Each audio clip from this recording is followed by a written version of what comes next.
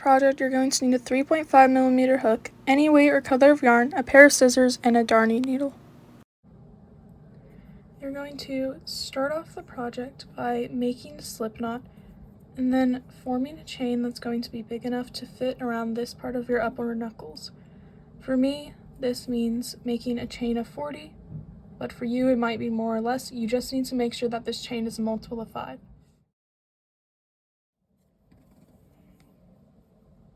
You can see how this chain is now big enough to comfortably fit around this portion of my hand, which is what you want yours to be able to do. So now that I've done this, I'm going to make sure my chain is not twisted by just straightening it out. I'm going to take both the ends and pinch them together like this. Now I'm going to insert my hook into that first chain. So now my ends are connected like this. And now I'm going to yarn over and pull through both chains to form a slip stitch. Now that they're connected, I'm going to chain 1 and begin placing a single crochet into every single stitch.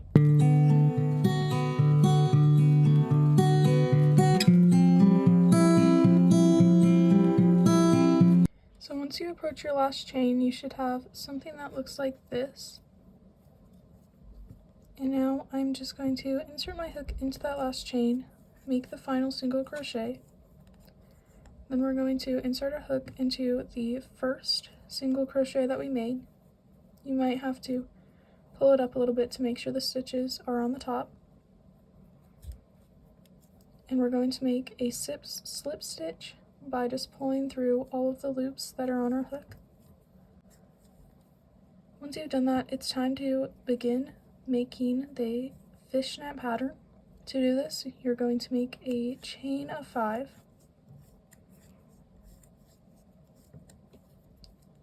And now we're going to count 5 stitches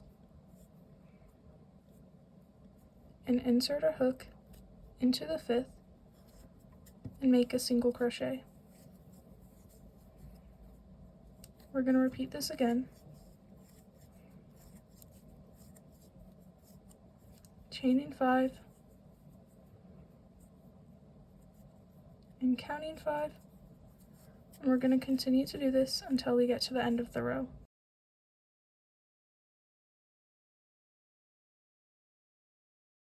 Okay, so once you've reached the end, this is what you should have. And instead of going into this last single crochet, what you're going to do is insert your hook just into this space, into this chain 5 space that we made, and you're going to make a single crochet into that. So once you've done that, now we're basically just repeating the row that we just did.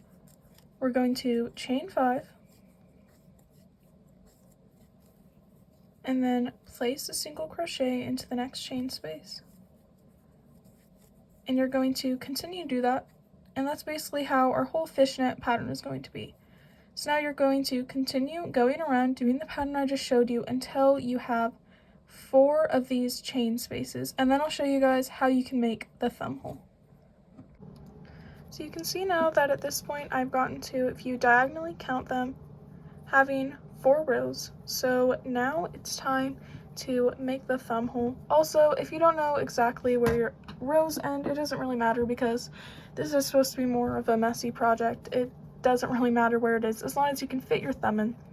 But basically the only difference between a normal chain space and your thumb space is that for your thumb space, you want to be chaining more chains. So for me, I'm going to chain 10, but depending on the size of your thumb, you may want to do more or less. This doesn't matter at all. It doesn't have to be a multiple of 5. Just make a chain space that will feel comfortable for you to fit your thumb inside.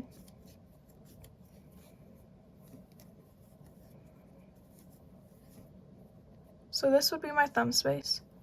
So basically, this is going to be the top of the glove where you put your single crochets, and so it's going to fit something like this. And you can see that that space fits my thumb. So anyways, once you made that thumb space, you're just going to continue doing the same pattern we've been doing of the chain 5 and then going into the chain space.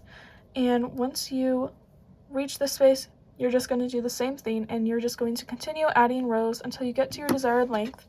For my pair of black gloves, that was about 17 rows. So I'll get there and then I'll show you guys how to finish the project.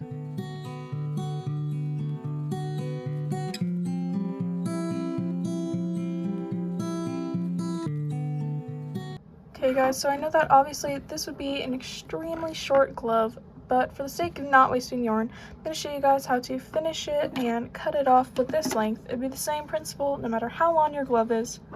So I know that obviously you probably won't know where your last row was or where your last chain space is. Whenever you're satisfied with the length, it doesn't really matter. Whatever chain space you went into last and you're currently in, you're just going to make a slip stitch.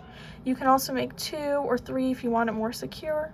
I'm just going to do 1, and then you're basically just going to pull on the yarn until you get this loop, and then you're going to cut off this end. Now you're going to grab this end and pull it through this loop and tighten it. And now you have your 2 ends. The last step would just be to take a darning needle and go ahead and sew these in. Okay guys, so that is the end of the tutorial. I'm so happy with how these turned out. I think they're super cute and fun, and if you guys enjoyed the tutorial, please make sure to subscribe and like the video, as I'm a pretty new channel and would like to grow here on YouTube. So thank you guys for watching, and that's the end of the video. Many more will come soon.